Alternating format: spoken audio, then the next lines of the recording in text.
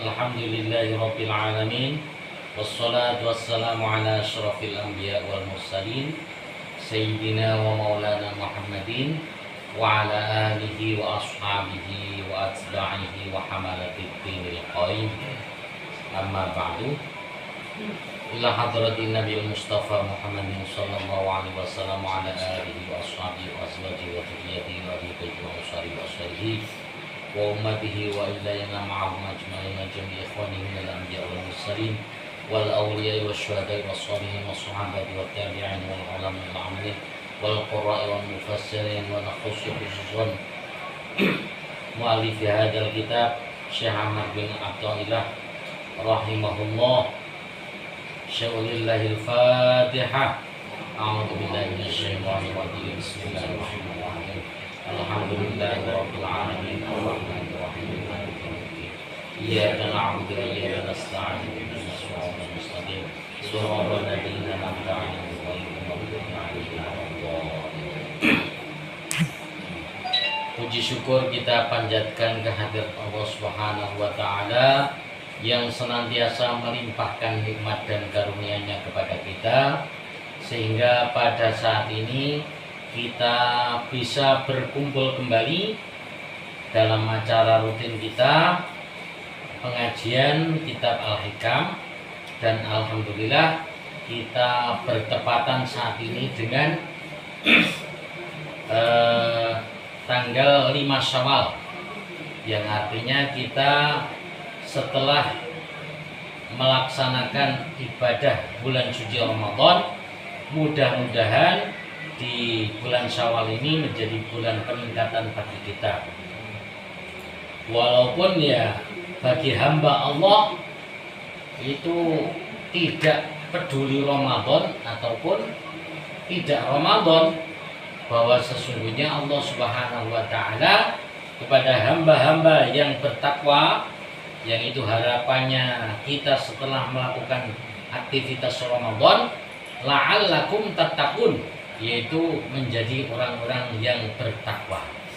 Nah, orang yang bertakwa sungguhnya walaupun nggak ada fadilah-fadilah seperti Ramadan, tetap saja kita melaksanakan ibadah. Karena kita sholat, kita puasa, kita beramal bukan karena fadilah-fadilahnya, tapi semata-mata adalah karena perintah Allah Subhanahu wa taala. Jadi ada keutamaan atau tidak setelah kita lewati bulan Ramadan, tetap saja kita adalah hamba Allah Subhanahu wa taala yang kita diperintah oleh Allah, tentunya kita laksanakan perintah-perintah Allah. Kemudian setelah bulan suci Ramadan ini memang Allah Subhanahu wa taala jamin siapa yang bagus sholatnya, bagus puasanya, maka dia keluar dari Ramadan itu kayaumi waladatuhu ummuhu, seperti bayi yang baru lahir dari perut ibunya, artinya bersih dari dosa-dosa. Yang mana kita perlu introspeksi dan kembali kita runut dosa-dosa mulai dari ujung rambut sampai ujung kaki. Tapi walaupun begitu besar dosa, Imam Ahmad bin Athaillah menjelaskan di sini, Bismillahirrahmanirrahim, tasudduga kang ngaling-ngalingi opo azamah ing sira an husni dzanni, saking baguse penyangka billahi kelawan Allah taala. Jadi jangan menganggap besar dosa di sisimu, dengan anggapan besarnya dosa itu menghalangimu dari husnudzon kepada Allah Subhanahu wa taala. Artinya jangan, waduh dosa saya besar, kalau saya ini wah yo, jangan harapan kecil kalau diampuni oleh Allah. Jangan seperti itu. Karena itu akan menjatuhkanmu di dalam putus asa. Fahadi azomatun madmumatun. Maka merasa besarnya dosa yang model ini artinya menafikan kebesaran Allah Subhanahu wa taala, keluasan ampunan Allah taala, itu adalah merasa besar yang cacat atau mencacatkan di dalam iman. Keyakinan kita kepada Allah bahwa sebesar apapun dosa masih besar dan luas ampunan Allah Subhanahu wa taala. Innallaha la yaghfiru ayyushraka bihi wa yaghfiru ma duna dzalika liman yasha. Dan sungguhnya Allah Subhanahu wa taala itu tidak mengampuni dosa syirik, tapi mengampuni dosa-dosa semua selain syirik kepada yang dikehendakinya. Maka kita tetap optimis kepada ampunan Allah dan maghfirah dari Allah Subhanahu wa taala, sekalipun dosa-dosa kita begitu banyak, tapi ampunan Allah lebih luas daripada dosa-dosa yang kita lakukan. Wahya utawi azamah itu syarrun luwih ala alaika ing ngatasi sira min dunubika timbang saking dosa-dosa sira. Wasababwa utawi sebabe azamah iku jahluka bodho sira disifati maulaka kelawan sifati bendoro sira wa wuqufika lan ngadeg sira ma'a nafsika sartane nafsu sira. Jadi merasa dosanya besar itu lebih jelek daripada dosa-dosa yang sudah kita lakukan. Nah, sebabnya kita merasa dosa besar sekali, tapi kemudian hilang optimis kita, itu adalah karena kebodohan kita dengan sifat-sifat Allah Subhanahu wa taala. Kita nggak paham bahwa Allah Subhanahu itu adalah Ghafurur Rahim, Maha Pengampun lagi Maha Penyayang. Oleh karenanya merasa besar dosa yang seperti itu yang hubungannya dengan Allah itu adalah merasa dosa yang madmumah, yang jelek dan mencacatkan daripada iman kita. Fa inna man arafa rabbahu ma'rifatan haqiqatan istaswara fi jambi karamihi dambahu fa ayu dambin la yasa'uhu. Jadi sesungguhnya orang yang kenal dengan Allah dengan makrifat yang sesungguhnya, dia akan merasa kecil sesuatu di sisi Allah Subhanahu wa taala. Dosa-dosa itu kecil. Maka dosa apa yang tidak bisa dimuat oleh ampunan Allah Subhanahu wa taala? Pasti dosa itu bisa diampuni semua oleh Allah. Ini jangan salah paham, artinya bukan kita harus menyepelekan dosa, bukan. Tapi dosa kita yang kita lakukan itu kita yakini bahwa ampunan Allah itu lebih luas, lebih besar daripada dosa-dosa yang kita lakukan.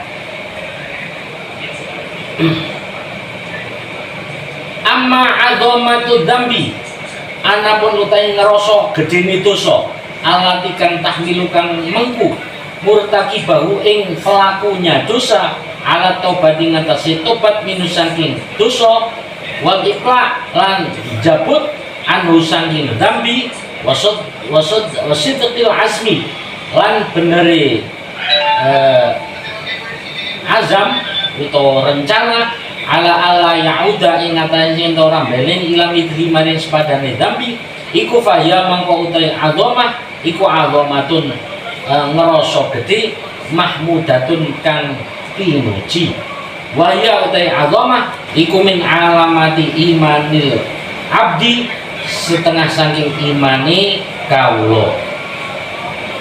Sementara itu kalau kita merasa besar dosa, yang mana dosa besar itu yang akan menjadikan pelaku dosa itu tobat, merasa dosa kemudian harus tobat, maka itu adalah merasa besar dosa yang bagus. Dosanya itu dianggap besar bukan dibanding dengan rahmat dan maghfirah Allah, tapi dosa itu besar karena memang diri kita ini yang salah, yang harus bertobat kepada Allah Subhanahu wa taala. Merasa besar dosa yang demikian itu adalah mahmudah atau terpuji, dan itu tanda-tanda alamatnya imannya seorang hamba. Qala Ibnu Mas'ud berkata, innal mu'mina yara dunubahu ka'annaha fi asli jabalin yakhafu ayyaqa alaihi. Ibnu Mas'ud berkata, orang mukmin itu akan melihat dosanya seakan-akan dosanya itu di pucuk gunung yang akan menjatuhi dirinya, ngenes gitu. Kemudian orang fajir, orang pendosa itu merasakan bahwa dosanya itu seperti lalat yang ada di hidungnya. Jadi tenang saja, tinggal sebul aja sudah hilang. Nah, itu orang fajir. Tapi orang yang mukmin, dia merasa dosanya itu di puncak gunung yang begitu membahayakan kalau nanti akan menjatuhi dirinya. Nah, itulah dosa-dosa yang kita rasakan besar, tapi dosa besar itu untuk menjadikan diri kita menjadi hamba yang mau bertobat kepada Allah, bukan merasa besarnya dosa dibandingkan dengan maghfirah dan ampunan Allah Subhanahu wa taala. Maka hamba yang baik itu ya tetap kontrol dosa kita, tengok mata kita dosanya sehari ini apa saja, telinga kita mendengarkan apa saja, hati kita menyiratkan dosa apa saja. Itu merasa kita dosa karena nafsu kita, tapi juga kita optimis kepada ampunan dan maghfirah dari Allah Subhanahu wa taala, bahwa sebesar apapun dosa kita tetap harus husnudzon kepada Allah, berprasangka baik kepada Allah. Allah akan mengampuni dosa-dosa hambanya selain dosa syirik kepada Allah Subhanahu wa taala.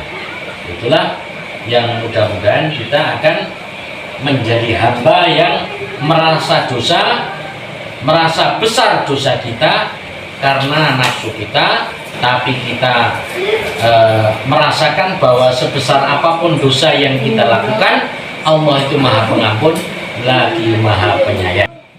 Di zaman Nabi Musa alaihissalam itu pernah Nabi Musa alaihissalam diperintahkan oleh Allah untuk datang ke suatu kampung dan mencari seseorang yang dibuang di tempat sampah. Orang yang meninggal dunia karena orang kampung itu merasa jijik bahwa orang itu adalah pelaku maksiat yang luar biasa, maka dibuang di tempat sampah, tidak dikuburkan oleh tetangga maupun orang kampung itu. Maka Allah berikan wahyu kepada Nabi Musa supaya datang ke sana, cari orang itu dan rawat, kemudian kuburkan sebagaimana mestinya. Maka dicari oleh Nabi Musa, ketemu. Ternyata Nabi Musa kemudian bertanya kepada tetangga-tetangganya, ini orang yang meninggal di sini kok nggak dikuburkan, Pak? Oh, itu pelaku maksiat, pelaku dosa yang luar biasa, sehingga orang-orang kampung sini sudah jijik, Mas. Oh, begitu. Maka Nabi Musa kemudian matur kepada Allah Subhanahu wa taala, wahai Tuhanku, Engkau Maha tahu, tapi orang ini yang dibuang di tempat sampah ini, kata tetangga-tetangganya, adalah pelaku maksiat yang sangat luar biasa. Nah, kenapa saya diperintahkan untuk mengkafani dan merawatnya secara semestinya?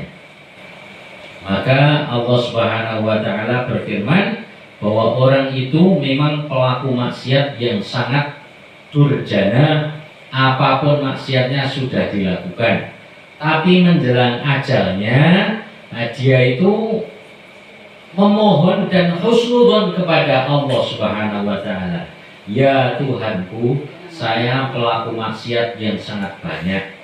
Tapi ya Allah, saya itu juga pernah duduk bersama orang-orang yang soleh, dan saya itu merasa lebih senang, lebih nyaman duduk dengan orang-orang yang soleh itu. Ya Allah, ya Allah, saya memang pelaku dosa yang sangat besar, tapi maghfirah ampunanmu itu lebih luas daripada dosa-dosaku ya Allah. Maka saya berprasangka bahwa Engkau pasti mengasihi aku ya Allah. Maka karena prasangka hamba ini, walaupun dosanya begitu banyak, diampuni oleh Allah Subhanahu wa Ta'ala dan menjadi kekasih Allah Subhanahu wa Ta'ala. Itulah pentingnya kita husnudzon kepada Allah. Yang kata Imam Ahmad bin Athaillah tadi, jangan menganggap besar dosa, kalau dosa itu nanti akan menghalangi kita daripada husnudzon kepada Allah Subhanahu wa Ta'ala. Tapi anggap besar dosa, kalau dosa itu akan menggairahkan kita kepada bertobat kepada Allah Subhanahu wa Ta'ala. Mudah-mudahan kita diberi husnul khotimah, diampuni dosa-dosa kita sebesar apapun dosa-dosa yang kita lakukan. Amin ya rabbal alamin.